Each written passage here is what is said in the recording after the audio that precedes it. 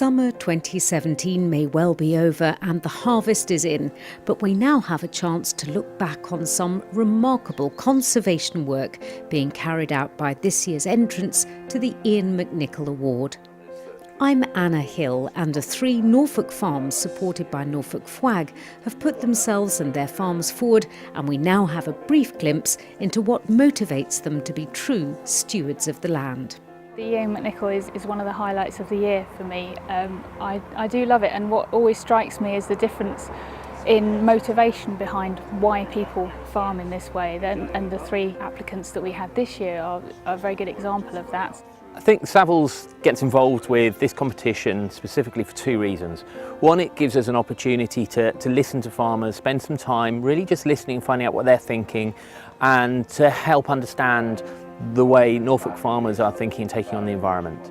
But from the other side, conservation as we move forward through a period of change in farming is going to be a really important bit of the farming business. If you look at the amount of beneficial insects out there, and how they can help manage aphid populations, for example, a beetle bank. Again, if you've got predatory beetles in that beetle bank that can go out, manage those problematic pest populations for you, the dependence on crop protection products and the likelihood of you actually reaching the threshold where you need to apply a crop protection product is managed through other means. Nick Anima farms just south of Dereham and goes above and beyond the normal requirements of the conservation schemes. Taking over the family farm, Nick has put wildlife and conservation firmly at the heart of the business.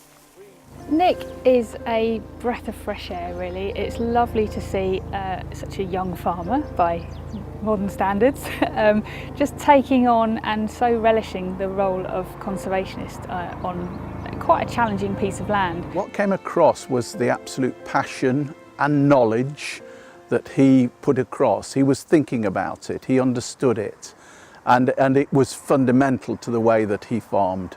I think it's really important to get farming advice before you go into an environmental scheme. I think the biggest problem with entry-level stewardship was farmers were just picking options that were convenient for them and they weren't really delivering for wildlife. And I think by getting an expert to come around your farm, to look at the farm, and most of the time you are picking the less profitable bits of your farm to farm for wildlife. If you have an old pond which has been filled in for a long time, and we believe ours has been filled in for 100, maybe 150 years before we re-excavated it, there's a seed bank held in the sediment at the bottom of that pond, which once you expose it again back to the light and the water will regenerate and produce a mass of plants in a very short space of time. And we had 7 or 8 different aquatic species develop within the first year of excavating the pond. He's gone out and he's bought an SSSI, and that's now beautifully managed. The orchids that we saw when we were walking across Badley Moor I've never seen a fragrant marsh orchid before. It was absolutely fantastic. It's the finest example apparently of a tufa mound in the country, which is when you get calcium-rich spring water that's supersaturated with CO2, bubbles to the surface, and it forms this honeycomb of basically limescale, and that builds up over the centuries. You get some really rare plants growing on it because it is nutrient poor and because the calcium locks up phosphate. So we get butterwort growing on there, the marsh helleborine, marsh fragrant orchids, bog rush. There's so many different varieties of sedges on there. Looking after those meadows, you could clearly see his real passion for them. Probably the highest density of orchids you'd see anywhere in the county. So it's a joy to actually walk around his farm. Colin Palmer, farming at Honingtoft south of Fakenham, is one of those farmers that takes to conservation naturally. He instinctively understands the best way to look after the many important features on his farm.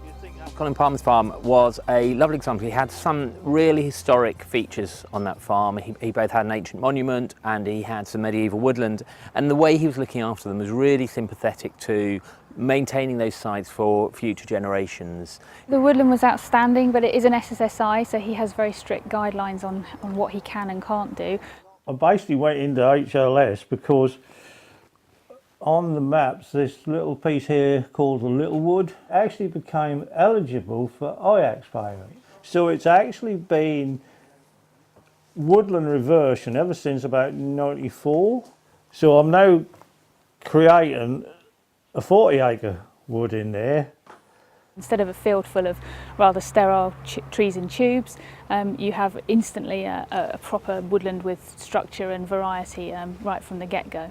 The way that those were managed as very ancient woodlands, because they're taking the timber out for wood chip, and that to me was a plus, because those woodlands are there to continue to grow and develop, be cut down to coppice and then to replant. And that to me is what the living countryside is about.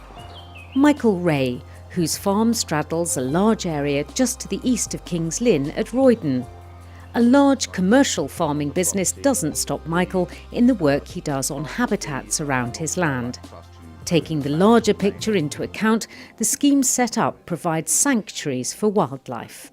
Michael Ray's farm was very different. It had a whole heap of different features. He was on the edge of Triple SI's, Ramsar sites, he had county wildlife sites, he had the full array of those around him. Yet he was also running a very commercially driven farming business. And I think it was really great to see how he'd linked those two parts together.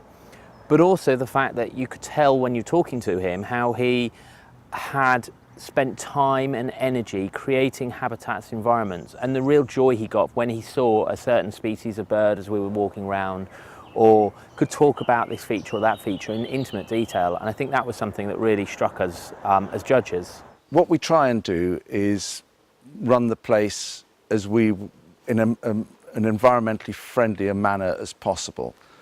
We don't hog the hedges down to the ground. We let them grow for 3 or 4 years before we trim them up. Some of the hedges haven't been trimmed in 10 or 15 years. We have had various surveys done on the farm over the years, and it seems that we have a reasonably diverse floral background, and we've got several fields that we've put into the various stewardship schemes that are allowed to sort of revert back to nature.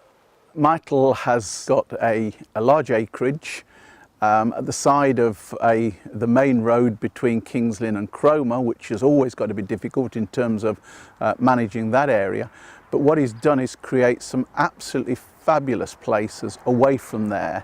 And the way that they have jigsawed together so that plants, animals and birds can move along the margins, through hedgerows, along quiet lanes, is absolutely fantastic. We've tried to get water established in various places on the farm. I think we've cleaned out and or created 13 ponds, including the reservoir. I think that was the big one.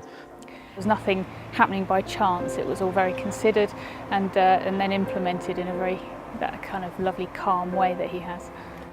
As ever, the judging of the Ian MacNicol Award is an unenviable task, with 3 worthy farmers to choose from. The work they've all done with the support and knowledge of the team at Norfolk FWAG means the land they farm not only produces high-quality food, but does so in a way that allows wildlife to live and thrive in the Norfolk countryside.